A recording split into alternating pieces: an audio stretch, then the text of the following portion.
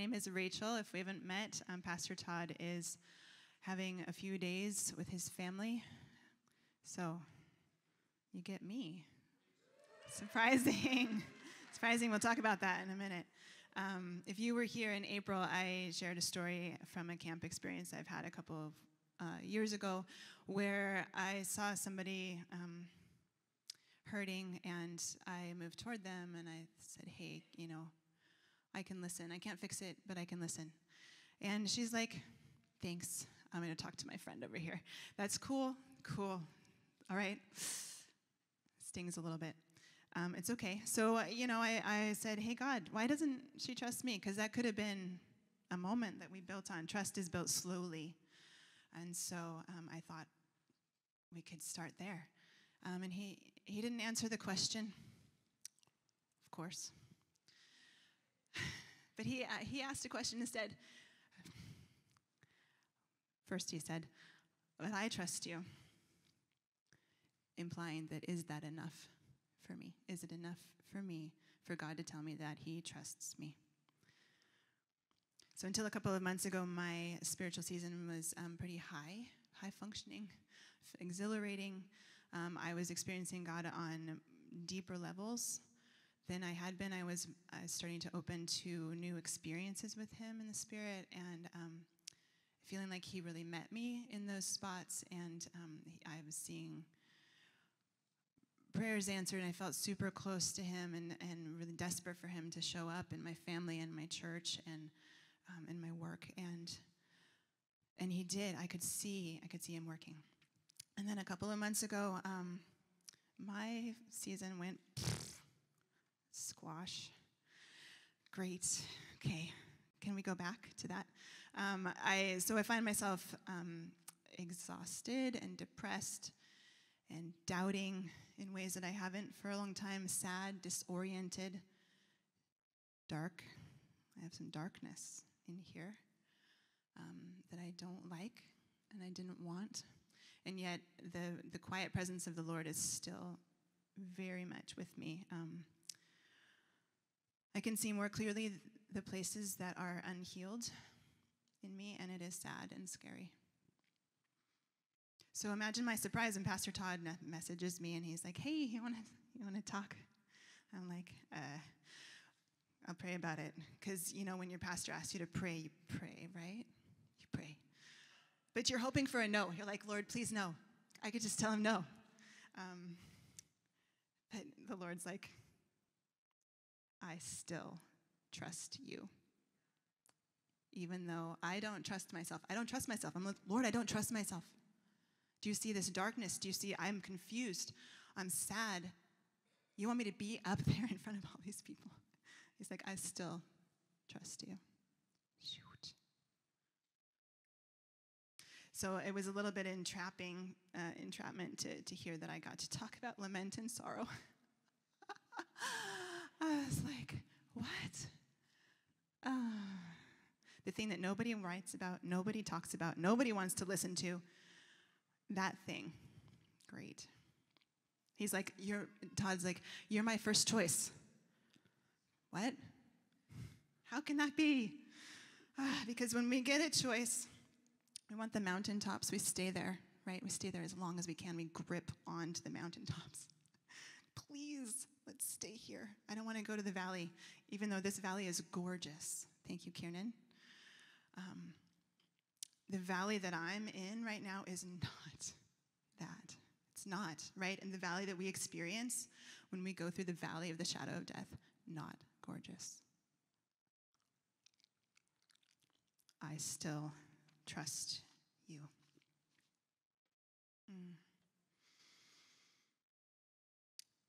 So breathing helps me, and I think it probably helps you if you know it or not. It helps me to be here right now.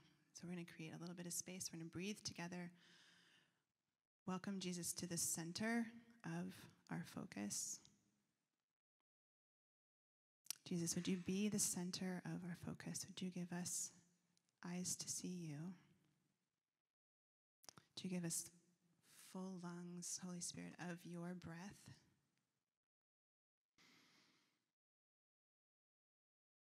Would you give us ears to hear, hearts to respond to you. Amen. We're going to look at Psalm 13 because it's short and it has all the pieces of lament. So I'm going to read it. And we'll look at some questions and we'll define some terms. And then we'll go from there. Oh Lord, how long will you forget me? Forever? Because it feels like forever. How long will you look the other way? Are you even paying attention to me? How long must I struggle with anguish in my soul and sorrow in my heart? How long will the enemy have the upper hand? Turn to me and answer, O Lord my God, restore the light to my eyes, or I will die. Don't let my enemies gloat, saying, ha ha, we've defeated him. Don't let them rejoice at my fall. But I trust in your unfailing love. I will rejoice because you have rescued me. I will sing to the Lord because he has been so good to me.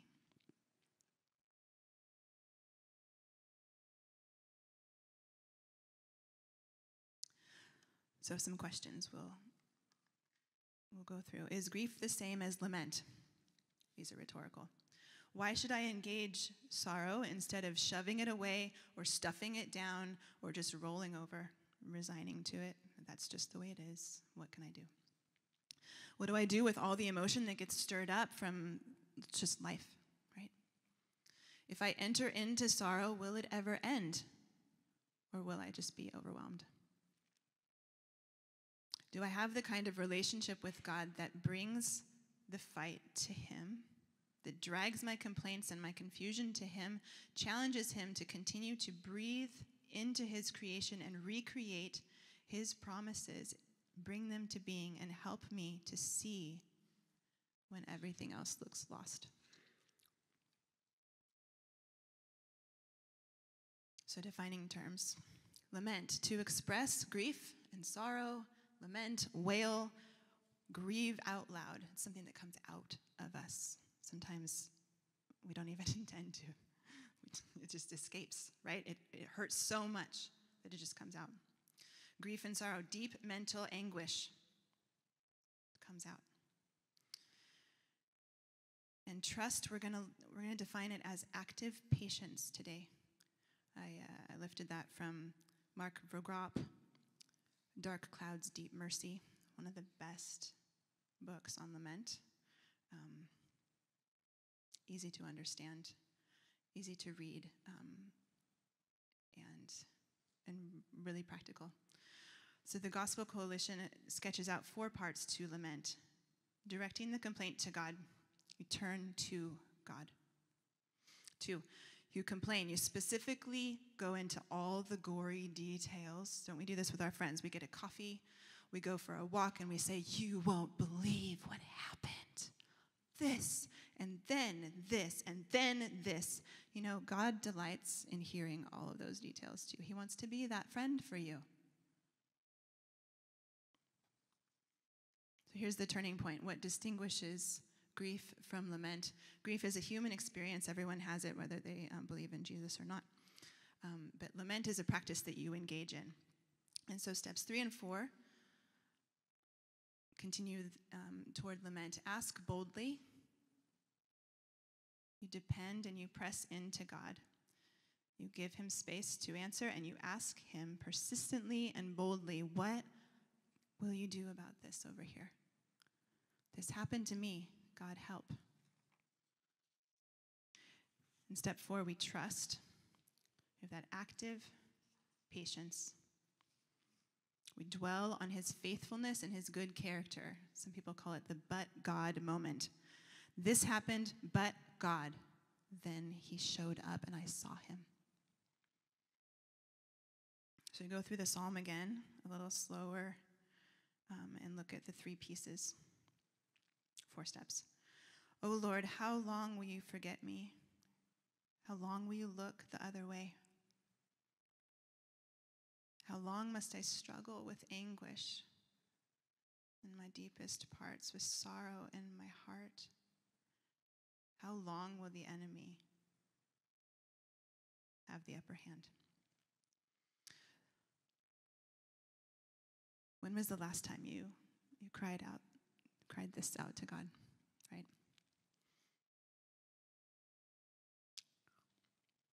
Several times for me this week, sometimes multiple times a day.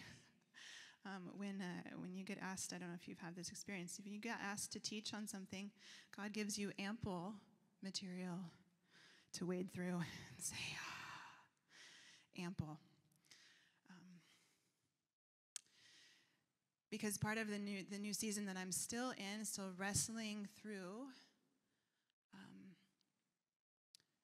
comes from God revealing a deep pit of unforgiveness and darkness that's unhealed in me. Comes from a memory in my childhood, and it's still there. And we've been there before, and I was like, God, can't we be done with that? No, I want to be done with that. And He's like, no, there's more. I was like, shoot. So you don't need me to tell you that everything is broken. All creation groans because of sin, because of our sin. And without sin, there is no lament. One of the gifts of the Psalms, and the lament in particular, is that it gives us language. God has provided us language when our words fail. When we have an experience, our minds can't get around it, and we just have no words, and our emotions just flood in, right? God gives us language that we can pray when we have no words of our own. He provides them. He encourages us to use them, to digest them. He brings them up to us when we need them, and He maybe even dares us to use His word to pray it back to Him and say, hey, right here, but God, is your love unfailing? Is it? Because it feels hard right now. So it's been a while since I played video games, but you know those epic ones like Zelda or whatever, where you have the character and you have to go on a journey, and you get to a spot and you get like a test. And so you, of course, pass the test because you're good at video games.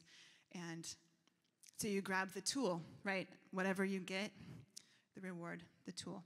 You stuff it in your bag, and you keep going. So several years ago, I started to think of emotions as tools to help me navigate the things that I'm experiencing. So I have this bag of emotions. Sometimes it's out of control. It spills out before I know.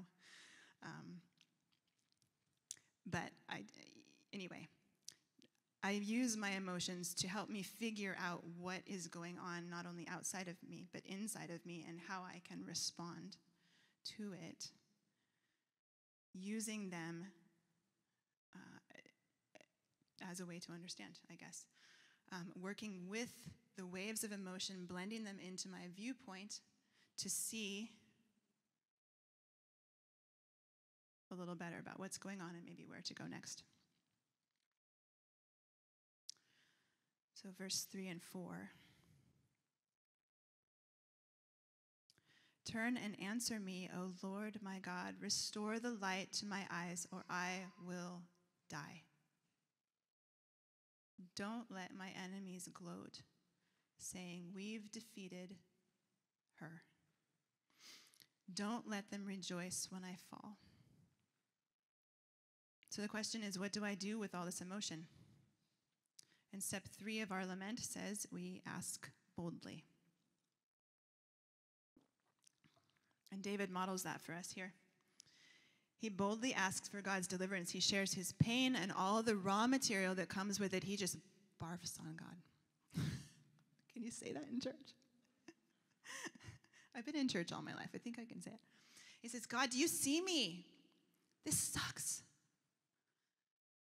You're the source of life, God. When I'm going to die, restore me. Meet me here. When will you come? I don't feel you. David approaches a God who he assumes to be active, compassionate, capable, listening, and willing to act on his behalf. David brings his questions to God in a declaration of deep trust. So can I do the same? As we start to press into God, we ask him boldly, do it again. Do what you're famous for. Do what only you can do. Our complaints are overshadowed by a renewed confidence in his character and the history that he has with his people. So verse 5 and 6. But I trust in your unfailing love. I will rejoice because you have rescued me. I will sing to the Lord because he has been so good to me.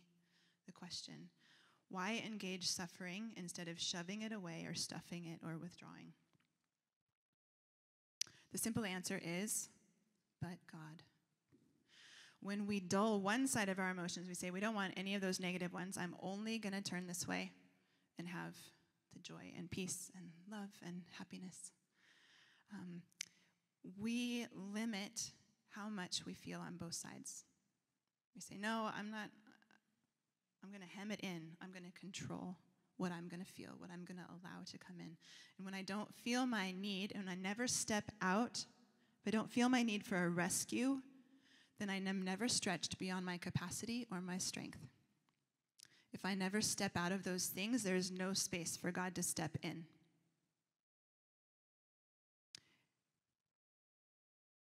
Letting our roots grow down deep into him is one way that we draw up nourishment and that we make space for him. Psalm 1:3, the righteous ones are like trees planted along a riverbank, bearing fruit in each season without fail. So am I rooted enough and anchored enough in the Lord so that when something that's out of my control comes into my life, can I withstand the force? Is the Lord the stronghold of my life? Something happens and fear charges in and says, you can't do this. And you know, fear is right. I cannot do it. But God can. And so with him, I can push the fear just far enough back to refocus and fix my eyes on Jesus, the one who can, who does immeasurably more than we can ask or imagine. So what are we asking of the Lord?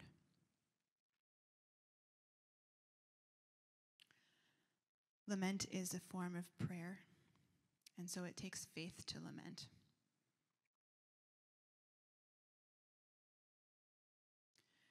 God invites us into the full range of emotions as we walk with him, as we wrestle with him, the full emotions.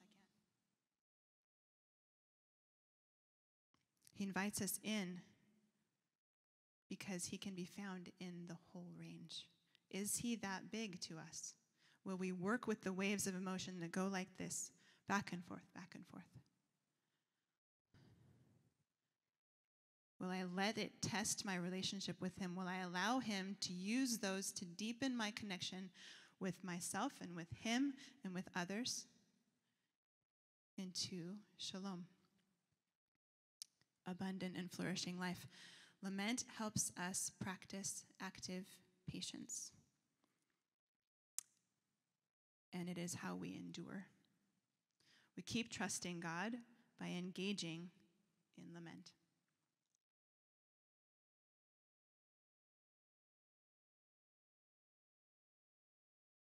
And we have lament because we have sin.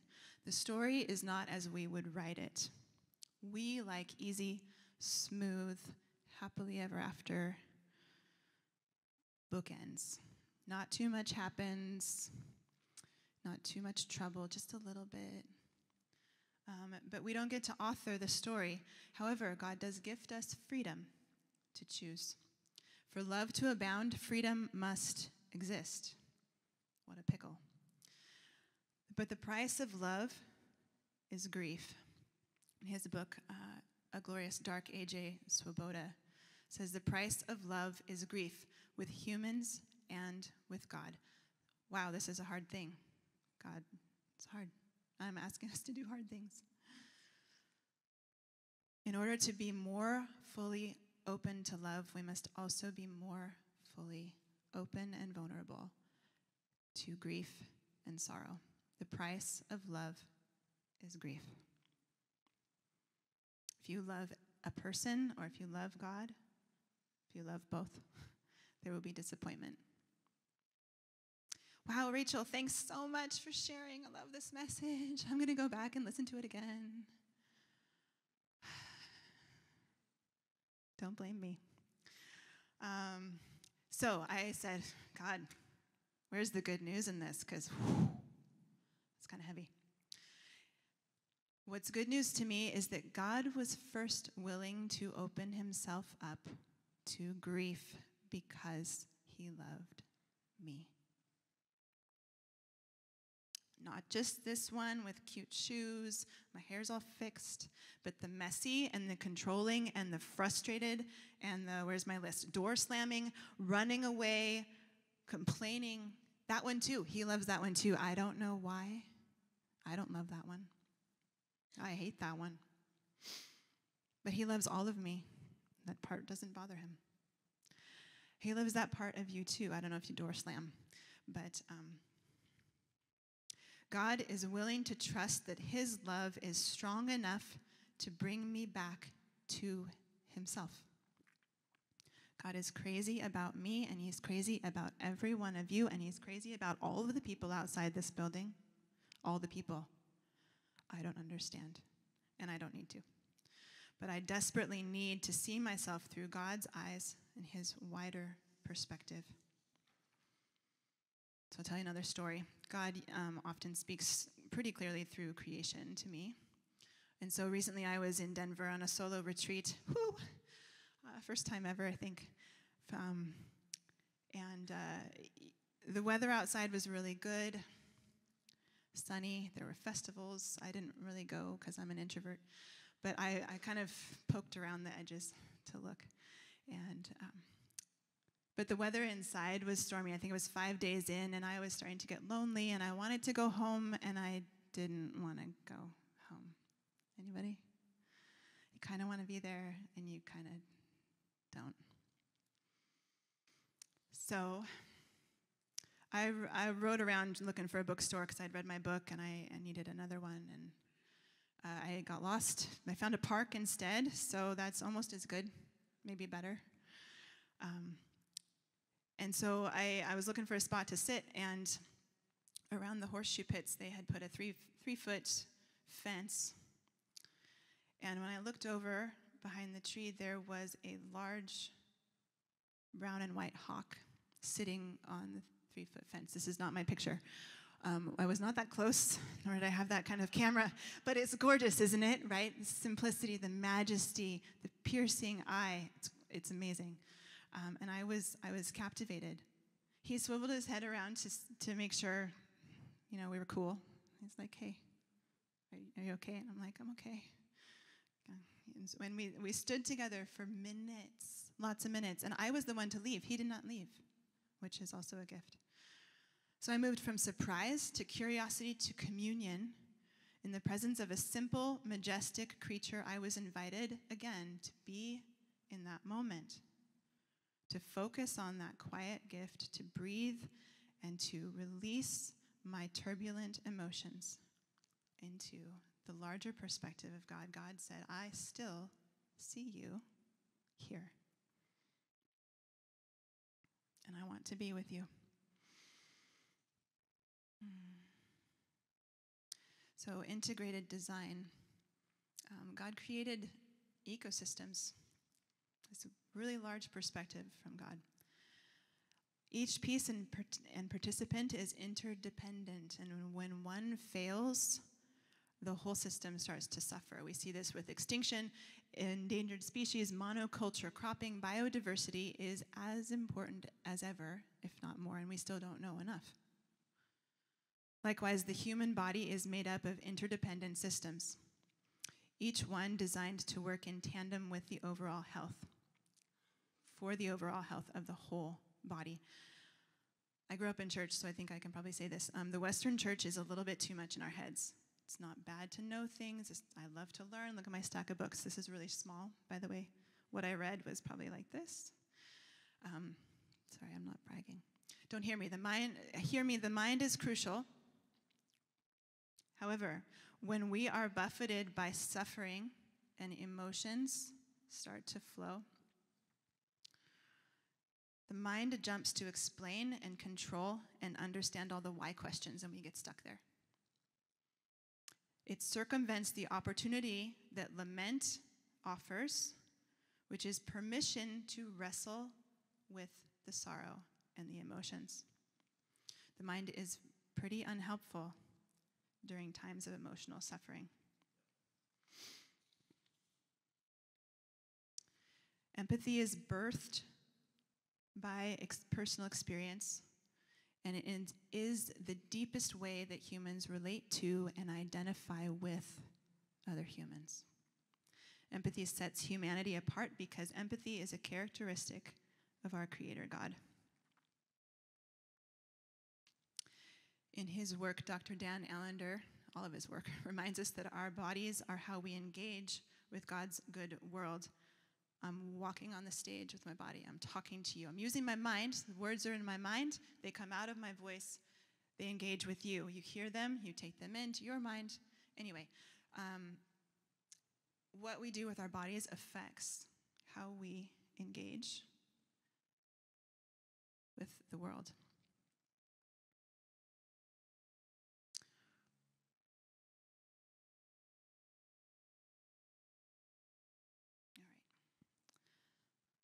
I'm going to read a little preamble by John O'Donohue, who's a poet. The human body is an amazing masterpiece. With the senses, we taste, see, and touch the world, drawing its mystery inside of us. With the mind, we probe the eternal structures of things. With the face, we present ourselves to the world and recognize one another. But it is the heart that makes us human. The heart is where the beauty of the human spirit comes alive. Without the heart, the human would be sinister. To be able to feel is the great gift. When you feel for someone, you become united with that person in an intimate way. Your concern and compassion come alive, drawing some of the other person's world and spirit into yours. Feeling is the secret bridge that penetrates solitude and isolation. Without the ability to feel, friendship and love could never be born. All feelings are born in the heart. This makes the human heart the true jewel of the world.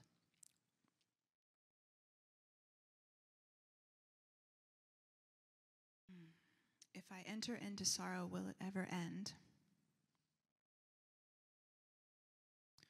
Intense feelings can stir up the fear that we will be swept away. Some of this is because we are captive to feeling in control.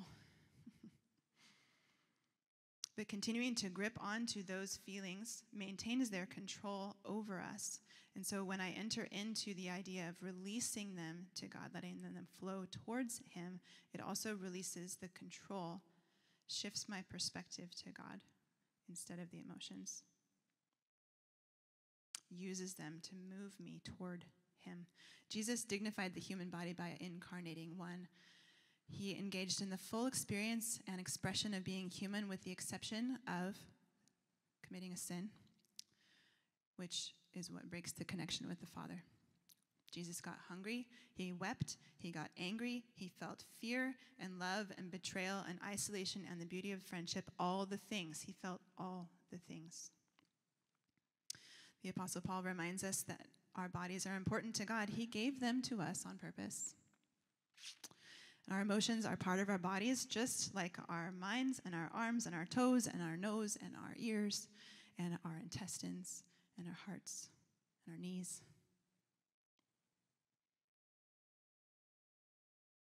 God's eternal design from Genesis 1 is that there's no separation, no wall, no disconnection between all of the human elements, the intellect, the emotion, the body, the spirit.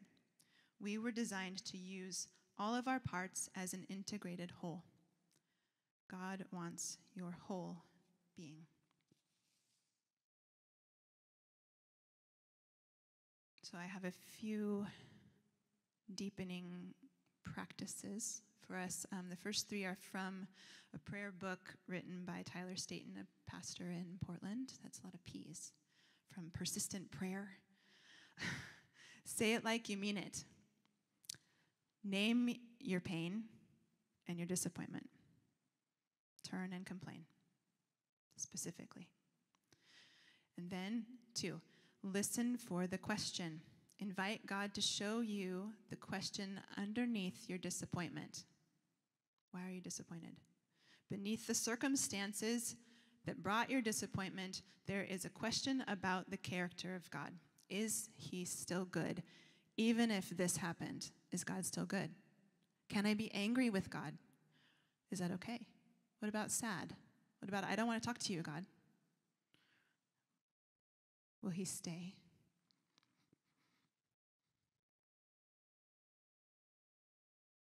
Can I find him in everything that I experience?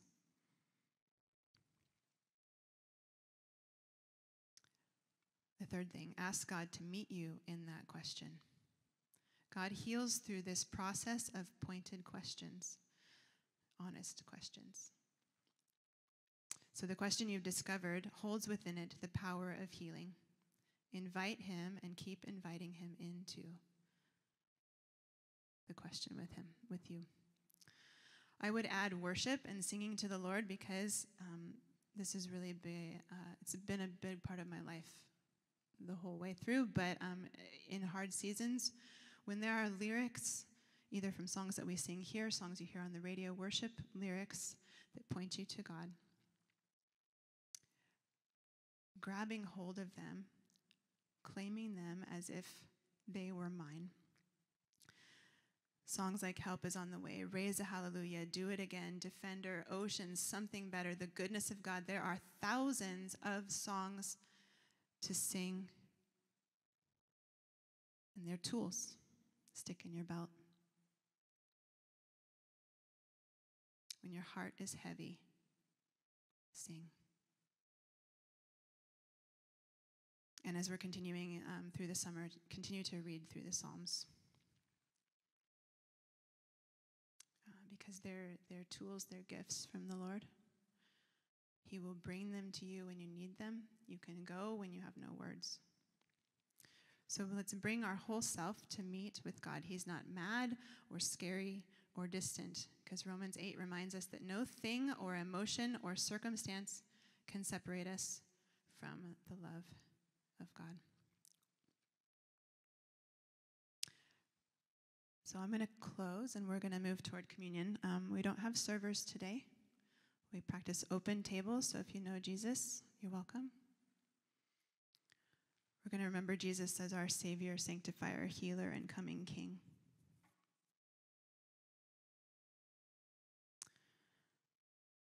You're welcome to approach whenever you're ready to eat with the Lord. I would just encourage you to try to bring your whole self.